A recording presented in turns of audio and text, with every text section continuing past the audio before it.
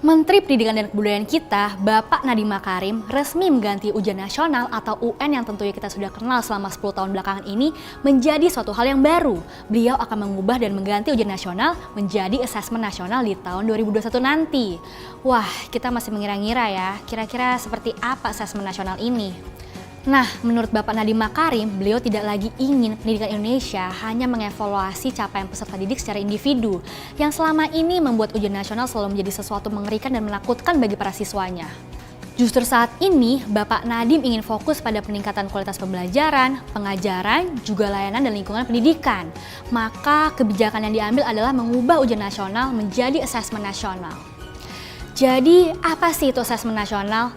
Bagaimana mekanisme penerapan asesmen nasional dan apa saja sih indikatornya? Bersama aku Sinda, kita bahas sekarang di Ruang Guru Update. Asesmen nasional ini tidak lagi mengevaluasi pencapaian peserta didik secara individu melalui ujian nasional seperti 10 tahun sebelumnya, yang hanya diperuntukkan bagi siswa kelas 6, kelas 9, dan kelas 12.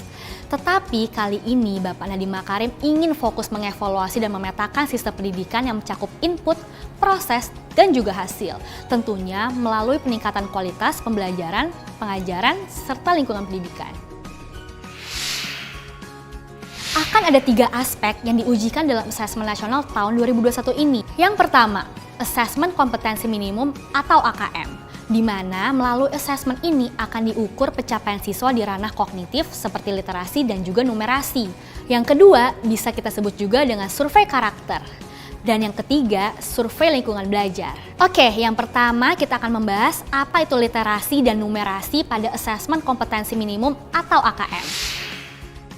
Menurut National Institute for Literacy, yang dimaksud dengan literasi adalah kemampuan seseorang dalam membaca, menulis, bahkan menghitung, dan memecahkan masalah. Nah, menurut UNESCO, literasi memang menjadi hak setiap orang dan juga dasar yang harus dimiliki untuk belajar sepanjang hayatnya. Kemampuan literasi mampu memberdayakan dan meningkatkan kualitas individu, keluarga, dan juga masyarakat. Jadi, dapat kita pahami bahwa literasi yang dimaksud adalah kemampuan yang lebih dari sekedar membaca dan menulis, tetapi juga mendorong agar peserta didik mampu menganalisis dengan membaca situasi atau hal-hal yang terjadi di sekitarnya dengan pemecahan masalah berdasarkan dari apa yang dipelajarinya. Sedangkan numerasi secara umum diartikan sebagai sebuah kecakapan dan pengetahuan seseorang dalam menggunakan berbagai macam angka serta simbol-simbol yang terkait dengan matematika dasar.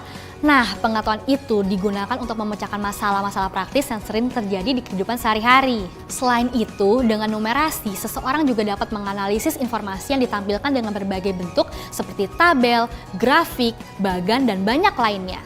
Setelah mampu menganalisis, kemudian individu tersebut akan menggunakan interpretasi hasil analisisnya untuk memprediksi dan selanjutnya mengambil keputusan. Bagian kedua yang diujikan dalam asesmen nasional adalah survei karakter.